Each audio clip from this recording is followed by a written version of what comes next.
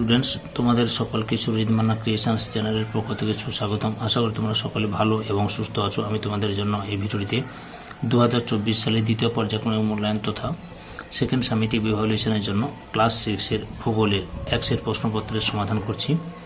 তোমরা এই প্রশ্নপত্রের সেটটি পেয়ে যাবে প্রান্তিকের শ্রী দেবাশিস মৌলিক সম্পাদিত প্রশ্ন প্রস্তুতির 12 নম্বর সেটের রঘুনাথপুর হাই স্কুল এইচএস এই স্কুলের যে প্রশ্নপত্রের সেটটি রয়েছে সেই সেটের সম্পূর্ণ সমাধান করছি। তার আগে তোমাদের কাছে অনুরোধ, তোমরা ভিডিওটি না টেনে পুরোটা দেখো। ভিডিওটি কেমন লাগলো কমেন্ট করে জানিও, ভিডিওটিতে লাইক দাও এবং শেয়ার করো। আলোচনা শুরু করছি একের দাগে। সঠিক উত্তরটি নির্বাচন করে লেখো। 1.1 দাগে পৃথিবীতে প্রথম প্রাণের সৃষ্টি হয়েছিল জলে, স্থলে, বাতাসে। সঠিক উত্তরটি হলো অপশান এতে জলে। 1.2 দাগে তন্তু জাতীয় ফসল হলো ধান, গম, কার্পাস। সঠিক উত্তরটি হলো অপশান সিতে কার্পাস। 1.3 দাগে মৌসুমী শব্দের অর্থ বৃষ্টি, ঋতু, তুষার। সঠিক উত্তরটি হল অপশান বিতে ঋতু। 1.4 দাগে বায়ুর উষ্ণতা মাপার যন্ত্রের নাম ব্যারোমিটার, থার্মোমিটার, হাইগ্রোমিটার। সঠিক উত্তরটি হল অপশান বিতে থার্মোমিটার। 1.5 দাগে পৃথিবীতে মোট কটি মহাদেশ রয়েছে? 2টি, 5টি, 7টি। সঠিক উত্তরটি হল অপশান সিতে 7টি। 1.6 দাগে বিশ্ব অরণ্য দিবস পালিত হয় 21 মার্চ, 21 জুলাই, 21 জুন। সঠিক উত্তরটি হল অপশান এতে 21 মার্চ। এরপরে 2 দাগে শূন্যস্থান পূরণ করো।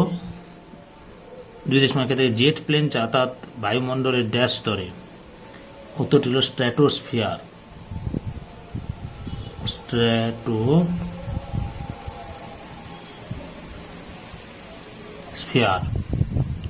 2.2 দাগে ভারতের ড্যাশে সবচেয়ে বেশি বৃষ্টিপাত হয়। উত্তরটি হল মৌসিনরামে। মেঘালয়ের চেরাপুঞ্জির মৌসিনরামে। তারপরে রয়েছে 2.3 দাগে ভারতের ড্যাশ অরণ্যে সিংহ দেখা যায়। উত্তরটি হল গুজরাটের গুজরাটের গির অরণ্যে। 2.4 দাগে আন্টার্কটিকার সর্বোচ্চ শৃঙ্গ ড্যাশ। উত্তরটি হল আন্টার্কটিকার সর্বোচ্চ শৃঙ্গ হচ্ছে ভিনসন ম্যাসিভ। Vinson Massif. এরপরে 3 দাগে অনধিক 30টি শব্দে উত্তর দাও। 3.1 দাগে লু ও আঁধি কি? উত্তর গ্রীষ্মকালে উত্তর ভারতের উত্তরপ্রদেশ, রাজস্থান, বিহারের কিছু অংশ এবং পশ্চিমবঙ্গের পশ্চিম অংশে দিনের বেলায় যে প্রচণ্ড গরম ও শুকনো বাতাস প্রবাহিত হয় তাকে লু বলে। লু এর তাপপ্রবাহে উষ্ণতা 50 ডিগ্রি সেলসিয়াস ছড়িয়ে যায় এবং লু অনেক মানুষের মৃত্যুর কারণ হয়। আঁধি গ্রীষ্মকালে উত্তর পশ্চিম ভারতে দুপুরের দিকে কখনো কখনো উষ্ণ বায়ুর সাথে প্রচণ্ড ধূলিঝড় হয়, যার ফলে উষ্ণতা 50 ডিগ্রি সেলসিয়াস পর্যন্ত পৌঁছায়। একে আঁধি বলে। 3.2 দাগে মরু অঞ্চলের মাটির বৈশিষ্ট্য লেখো। উত্তর 1 নম্বর বৈশিষ্ট্য স্বল্প বৃষ্টিপাত ও অধিক উষ্ণ অঞ্চলে এই মাটি দেখা যায়।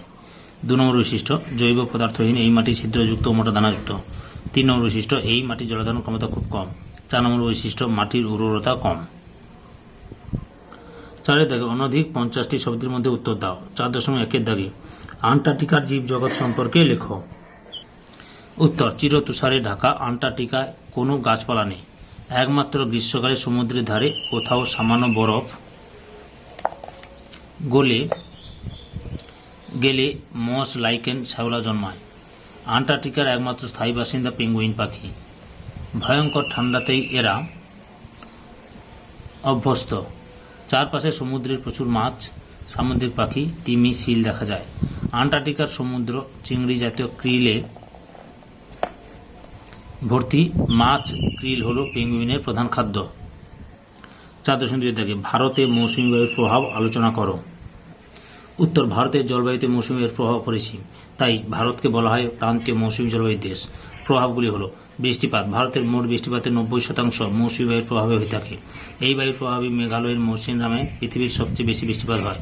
আবার ভারতের করমণ্ডল উপকূলে মৌসুমী বায়ুর জন্য বর্ষাকালে এবং শীতকালে বছরে 2 বার বৃষ্টি হয়।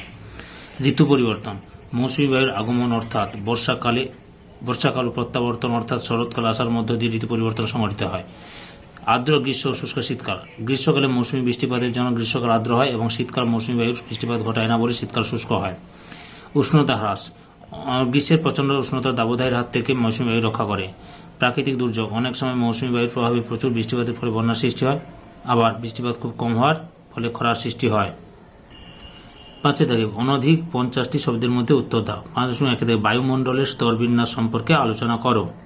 উত্তর পৃথিবীর গায়ে লেগে থাকা বায়ুমণ্ডলকে ভূপৃষ্ঠ থেকে উপরের দিকে উষ্ণতা তারতম্য অনুসারে 6টি স্তরে ভাগ করা হয়। 1 নম্বরে ট্রপোস্ফিয়ার। বায়ুমণ্ডলের সবচেয়ে নিচের স্তরটিকে ট্রপোস্ফিয়ার বলে। বিস্তার। নিরক্ষীয় অঞ্চলে সমুদ্রপৃষ্ঠ থেকে উপরের দিকে 16 থেকে 18 কিমি এবং মেরু অঞ্চলে প্রায় 8 কিমি পর্যন্ত বিস্তৃত। বৈশিষ্ট্য। এই স্তরে প্রতি 1000 মিটার উচ্চতা বৃদ্ধির সঙ্গে সঙ্গে উষ্ণতা 6.4 ডিগ্রি সেলসিয়াস হারে হ্রাস পায়। একে স্বাভাবিক উষ্ণতা হ্রাসের হার বলে। 2 নম্বরে প্রায় 75% বায়বীয় উপাদান যেমন জলীয় বাষ্প, ধূলিকণা, বিভিন্ন গ্যাস এই স্তরে থাকে। 3 নম্বর বৈশিষ্ট্য। ঝড়, বৃষ্টি, বিদ্যুৎ, বজ্রপাত প্রভৃতি বায়বীয় গোলযোগ এই স্তরে ঘটে বলে একে ক্ষুব্ধমণ্ডল বলা হয়। 4 নম্বর বৈশিষ্ট্য। ট্রপোস্ফিয়ারের ঊর্ধ্বসীমাকে বলা হয় ট্রপোপজ। 2 নম্বর স্তর হচ্ছে স্ট্র্যাটোস্ফিয়ার। ট্রপোস্ফিয়ারের উপরে বায়ুমণ্ডলের দ্বিতীয় স্তরটিকে বলা হয় স্ট্র্যাটোস্ফিয়ার। বিস্তার। ট্রপোপজ থেকে উপরে 50 কিমি পর্যন্ত এই স্তরটি বিস্তৃত। বৈশিষ্ট্য। 1 নম্বর বৈশিষ্ট্য। এই স্তরে উচ্চতা বৃদ্ধির সঙ্গে সঙ্গে উষ্ণতা বৃদ্ধি পায়। 2 নম্বর বৈশিষ্ট্য। এই স্তরে 20 থেকে 25 কিমি উচ্চতায় থাকা ওজোন স্তর ক্ষতিকারক অতিবেগুনি রশ্মি শোষণ করে। 3 নম্বর বৈশিষ্ট্য। এখানে মেঘ, বায়ু প্রবাহ, ঝড়, বৃষ্টি দেখা যায় না, তাই একে শান্ত মণ্ডল বলা হয়। এই কারণে বিমানগুলি এই স্তর দিয়ে চলাচল করে। 4 নম্বর বৈশিষ্ট্য। স্ট্র্যাটোস্ফিয়ারের ঊর্ধ্বসীমাকে স্ট্র্যাটোপজ বলে। 3 নম্বর স্তর মেসোস্ফিয়ার। স্ট্র্যাটোস্ফিয়ারের উপরে বায়ুমণ্ডলের তৃতীয় স্তরটিকে বলা হয় মেসোস্ফিয়ার। বিস্তার। 50 থেকে 80 কিমি উচ্চতার মধ্যে এই স্তরটি বিস্তৃত। বৈশিষ্ট্য। 1 নম্বর বৈশিষ্ট্য। এই স্তরের উচ্চতা এই স্তরের উচ্চতা বৃদ্ধির সঙ্গে সঙ্গে উষ্ণতা হ্রাস পায়। মহাকাশ থেকে ছুটে আসা উল্কাগুলি মূলত এই স্তরে এসে পরিছাই হয়ে যায়।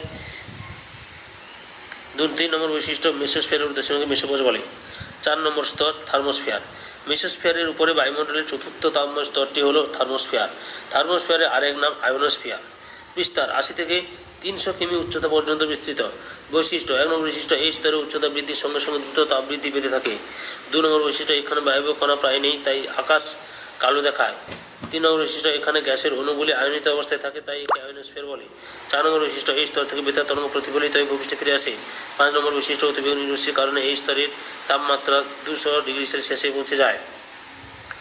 5 নম্বর স্তর এক্সোস্ফিয়ার। থার্মোস্ফিয়ারের উপরের স্তরটিকে বলা হয় এক্সোস্ফিয়ার। বিস্তার 300 থেকে 1500 কিমি পর্যন্ত বিস্তৃত। বৈশিষ্ট্য। এখানে হিলিয়াম, হাইড্রোজেন গ্যাসের প্রাধান্য দেখা যায়। কৃত্রিম উপগ্রহ, মহাকাশ স্টেশন এই স্তরে থাকে। 6 নম্বর তথা লাস্ট স্তরটির নাম হচ্ছে ম্যাগনেটোস্ফিয়ার। এক্সোস্ফিয়ারের উপরে বায়ুমণ্ডলের শেষ সীমা পর্যন্ত বায়ু স্তরকে ম্যাগনেটোস্ফিয়ার বলে। বিস্তার 1500 থেকে 10000 কিমি পর্যন্ত বিস্তৃত। বৈশিষ্ট্য। এই স্তর বায়ুমণ্ডলকে বেষ্টন করে একটি স্থায়ী তড়িৎ চুম্বকীয় ক্ষেত্রের সৃষ্টি হয়েছে। পুরো ভিডিওটি দেখার জন্য তোমাদের সবাইকে অসংখ্য ধন্যবাদ।